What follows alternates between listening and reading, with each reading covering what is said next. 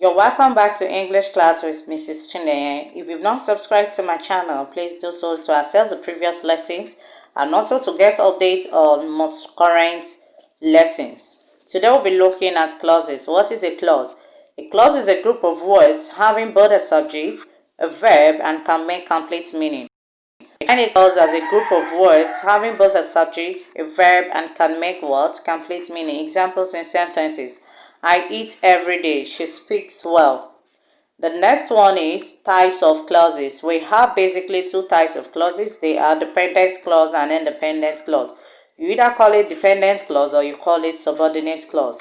For the independent clause, it's either called independent clause or main clause.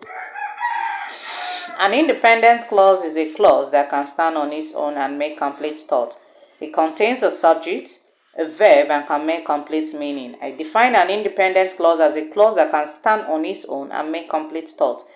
And it contains a subject, a verb, and can make complete meaning. Examples in sentences. Henry writes neatly. That is an independent sentence, an independent clause. It can stand on its own and make meaning. Henry is the subject, writes is the verb, and neatly is the adverb. Temi prays always is an independent clause, can stand on its own and make complete meaning. Chika visits us every Sunday. Next one I want to look at is dependent clause. A dependent clause or a subordinate clause is a clause that can't stand on its own and make complete thought. It needs the help of what? An independent sentence or the help of an independent clause to make complete thought. Examples in sentences. Every night before I go to bed, that's a subordinate clause. Every night before I go to bed, what happens? Is a subordinate clause. Because he was mad, so what happened? Is a subordinate clause. When I was coming is also a subordinate clause. Now, for it to make complete meaning, we will introduce what? An independent clause. So let's take the sentences again. Every night before I go to bed, I eat snacks. Now, because I'm starting that sentence with the subordinate clause, I will introduce a comma. But if I'm starting it with the independent clause, I will not bring in the comma. Now I take the example again. Every night before I go to bed, I eat snacks. Number 2, he was talking to himself because he was mad. Now if you look at the second sentence, I did not start the sentence with the subordinate clause. So because of that, I did not put the comma. So if you're starting the sentence with the subordinate clause, after the subordinate clause, there will be comma. But if you're starting with the independent clause, you don't need the comma. Note that. The next sentence is, I saw a thief when I was coming. I saw a thief when I was coming. The next we want to look at is uses of subordinate clauses. They are used as an adverb, an adjective, or a noun in a sentence. Examples, adverbial clause. It can be used just like a single adverb or adverb phrase. It modifies the verb in the main sentence. Examples. She washed the clothes as though it was a new cloth. She washed the clothes as though it was a new cloth. Now, she washed the clothes as though it was a new one. Now, if you look at the sentence, that part of the sentence from as though it was a new one is telling us something about washed. It's modifying washed, the manner in which she washed the clothes. So because it is modifying the verb, we'll say it is what? Adverbial clause. The next one is you talked as if you are from London.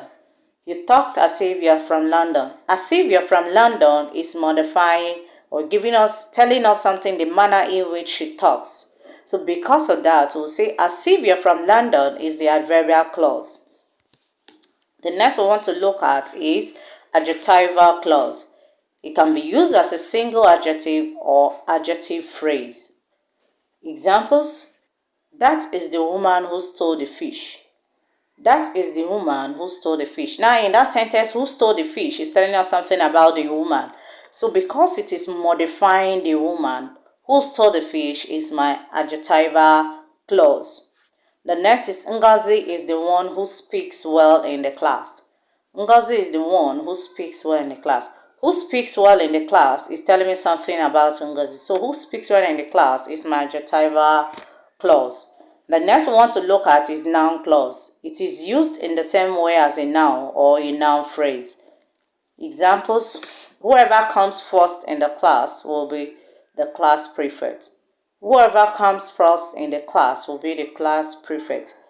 Whoever comes first in the class will be the class prefect. Now, in that sentence, whoever comes first in the class will be the class prefect. Now, if you look at, remember what I told you, noun clause is serving as the noun in the sentence. It could either be a noun phrase or just a single noun. In that sentence, whoever comes first is the what? Is the noun phrase.